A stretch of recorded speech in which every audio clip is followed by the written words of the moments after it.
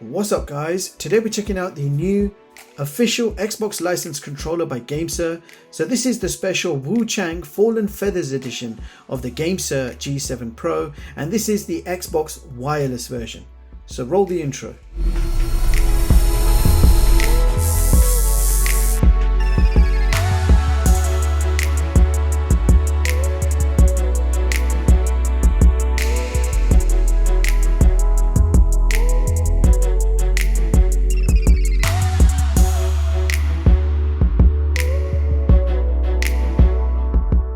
So this is a new flagship tri-mode wireless controller with premium design and features, including a 6-axis gyro, a long battery life, and it's an officially licensed Xbox wireless controller compatible with Xbox Series S and Series X and also Xbox One, and this is also compatible with PC and Android devices.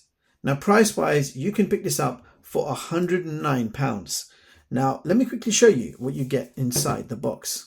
So you get a small user guide. We've got 2 spare D-pads, so the D-pad is removable and you can replace it with these spares. A 2.4 GHz wireless dongle, a very good quality braided USB-A to USB-C cable. This also comes with a rather nice looking charging dock following the design of the WUCHANG Fallen Feathers. So the controller docks on top and it will keep it charged for you as well. There is a Type-C port on the back, and underneath there is a compartment for the USB dongles. So you just plug the dongle in and close that latch.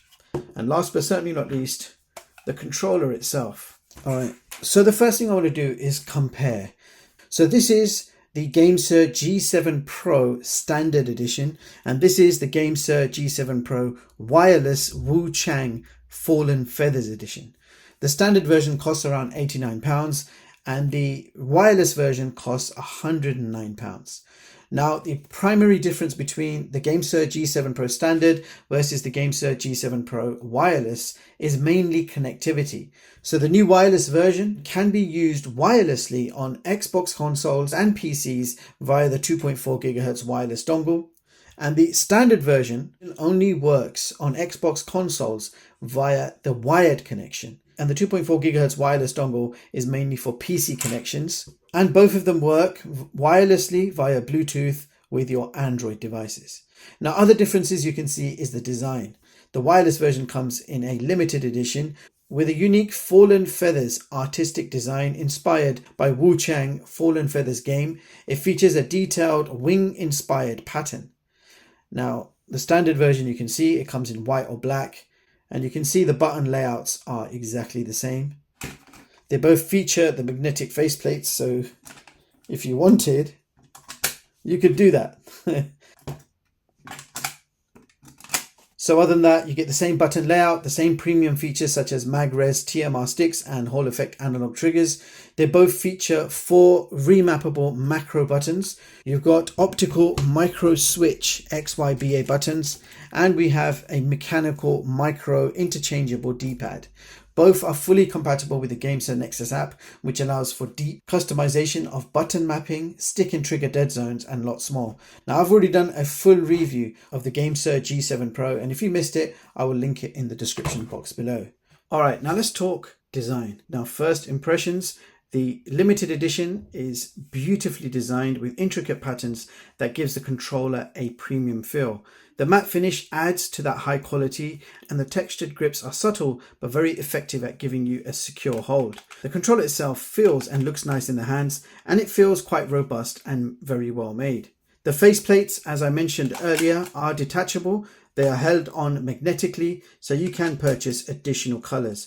And the transparent circuit boards underneath also look pretty good. Now, with the faceplate removed, it becomes easy to remove the D-pad, and then if you wanted, you could stick on an alternative design. Me personally, I actually like the default one. So we have the Xbox button layout, XYBA buttons. These are optical micro switch buttons. The joysticks are GameSir mag-res TMR sticks, giving you precise performance and low power consumption, designed to last a very long time. Now, 1000 Hz polling rate on PC with both wired and 2.4 GHz wireless connection. So expect a smooth, stable, anti-drift experience from these sticks. This has micro switch D-pad, which feels really nice to use. It's supposed to be esports grade precision. So you have a home button with start select and a few others. Up on top you have Hall effect analog triggers, and you have a trigger stop switch to adjust from short travel to long travel. And just above you have your micro switch shoulder buttons. You also have two extra macro buttons, the L5 and R5 buttons, and then you've got your Type-C charging port in the middle. And on the back you have another two mappable macro R4 and L4, and these buttons can be locked by flicking the switch into place. And just between them you have another switch allowing you to select either Bluetooth wireless or 2.4 GHz wireless. And just under you have your pogo pins for the charging dock, and at the bottom of the controller you have a pairing button, a 3.5mm headphone jack, and a microphone mute switch. Now quickly go over the features. This controller supports tri-mode connectivity, so that's Bluetooth wireless with Android. You've got 2.4 GHz wireless dongle, which will let you use this wirelessly with your Xbox consoles or your PC. So this controller gives you the best of all three. So multi-platform and multi-connection game controller. This controller also has built-in gyroscope with mapping functions exclusively for PC gaming. So it lets you map the gyro to the stick buttons or even the mouse, giving you precise control for your own preference and gaming style. This also has 4 rumble motors built in to give you that real immersive feel when gaming. The PC software is called Nexus 2.0 and it allows you to configure and collaborate the controller. Okay, so let's quickly test this controller out, shall we? So I've got the docking station connected to my PC. The dongle is already plugged in at the bottom. So that means every time you pick the controller up, it will automatically connect to your PC. And when you drop it back down, it will charge and it will disconnect as well.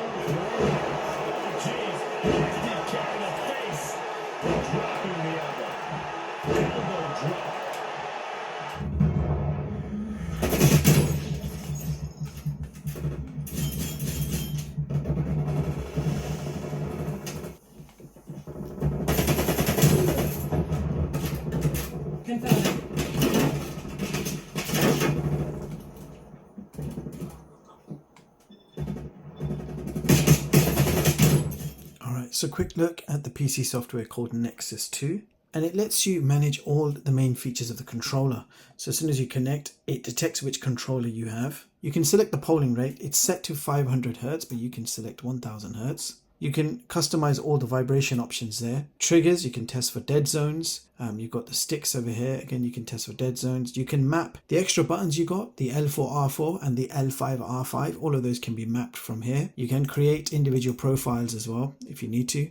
And over here, you can run firmware updates. So you just tap on this up arrow, and if there's any firmware update available, it will prompt you to update. And you can see the update notes there as well. And I'll update that in a bit. So over here is a button tester. You can test every button on this controller. From here you can also do trigger collaboration, stick collaboration, or even the gyro motion collaboration. Now from here you can actually map every single button on this controller. So the A button over here, if you tap on it, you can customize it to any other button you wish. So you can basically rearrange the whole controller.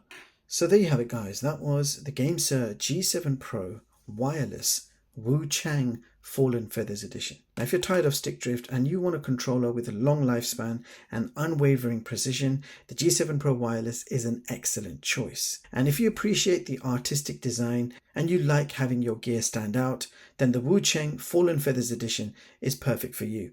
It's a premium device for a premium experience. So what do you guys think? Does the WUCHANG design catch your eye? Do let me know in the comments below. Meanwhile, if you want to see more of my latest and greatest unbiased tech reviews, hit the like button, sub to the channel, and hit the bell icon. Thank you so much for watching, and I'll catch you all in the next one. Peace.